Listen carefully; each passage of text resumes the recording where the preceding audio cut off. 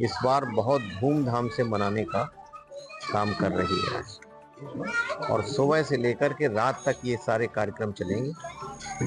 Bharatiya Janata party के जितने भी सांसद हैं, विधायक हैं, एमएलसी हैं और प्रधान से लेकर ऊपर तक जितने जनप्रतिनिधि और जहां भी जो भी पदाधिकारी कार्यकर्ता हैं, आज सबको आग्रह किया गया है, निर्देशित किया गया है कि सब कहीं न कहीं बाबा साहब की मूर्ति जहां कहीं भी हो उस पर माल्यार्पण करें। और इसी क्रम में कल एक सफाई अभियान भी चला था।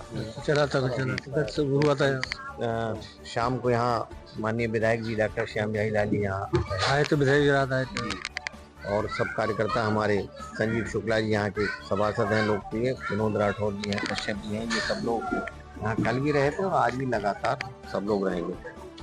बाबा साहब ने हम सब लोगों के लिए जो संघर्ष किया उसके लिए पूरा देश ऋणी है और जो उपेक्षा बाबा साहब की कांग्रेस के समय में नेहरू जी के ज़माने से लेकर के और बाद की सरकारों ने की, उस अपेक्षा से हम सब लोग पूरा देश खिन्न है। नाराजगी थी, जैसे बाबा साहब को भारत रत्न नहीं दिया गया और जब मिलीजुली सरकार बनी और आदरणीय अटल बिहारी वाजपेयी जी के सहयोग से, भारतीय जनता पार्टी के सहयोग से जब सरकार बनी, तब उन लोगों ने उस समय के प्रधानमंत्री से आग्रह किया कि भाई ये बहुत खराब बात है, बाबा साहब को भारत रत्न मिलना चाहिए और बाबा साहब को भारत रत्न मिला।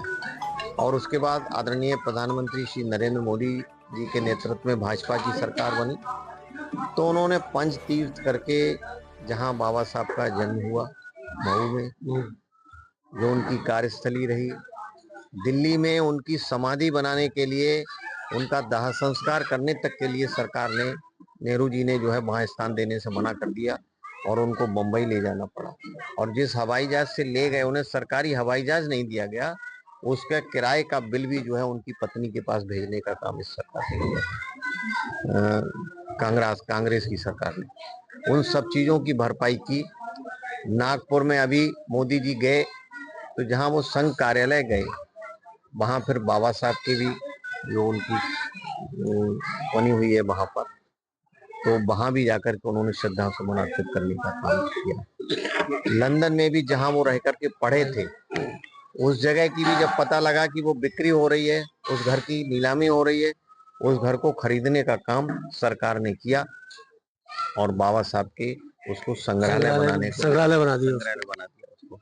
तो ऐसे अनेक सारे काम हैं जो भारतीय जनता पार्टी कर रही है और बाबा साहब ने जो इस देश की सेवा की है, जो संघर्ष किया है, उसको श्रद्धा सुमन अर्पित करती हुए उसको श्रद्धांजलि देने का काम जो है भारतीय जनता पार्टी की सब सरकारें केंद्र की, प्रदेशों की कर रही हैं।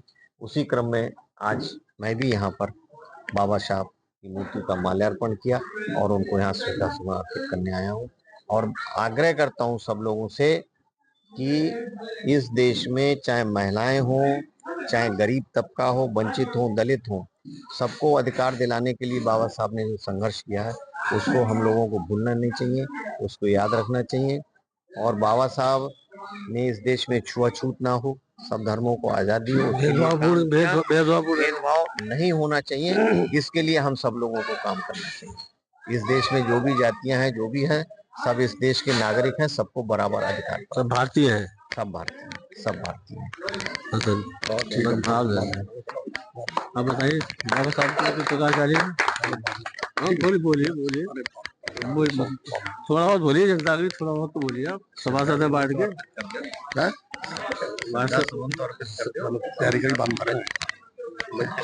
हाँ सर बताइए।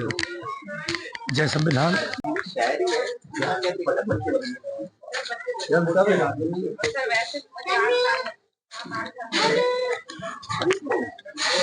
रेडी है? नमस्कार दोस्तों, आप देख रहे हैं Vande Bharat live TV news. इस समय खड़ा हूँ मैं उत्तर प्रदेश के जिला बरेली में। यहाँ बाबा साहब डॉक्टर भीमराव अम्बेडकर जी की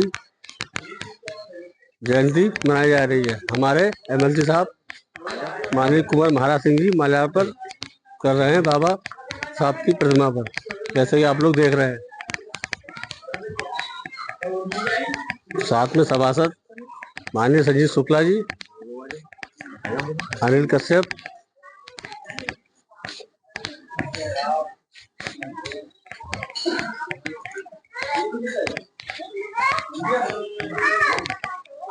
आइए सर से कुछ बात करते हैं, बाबा साहब के बारे में जानकारी देते हैं और जनता को बताते हैं।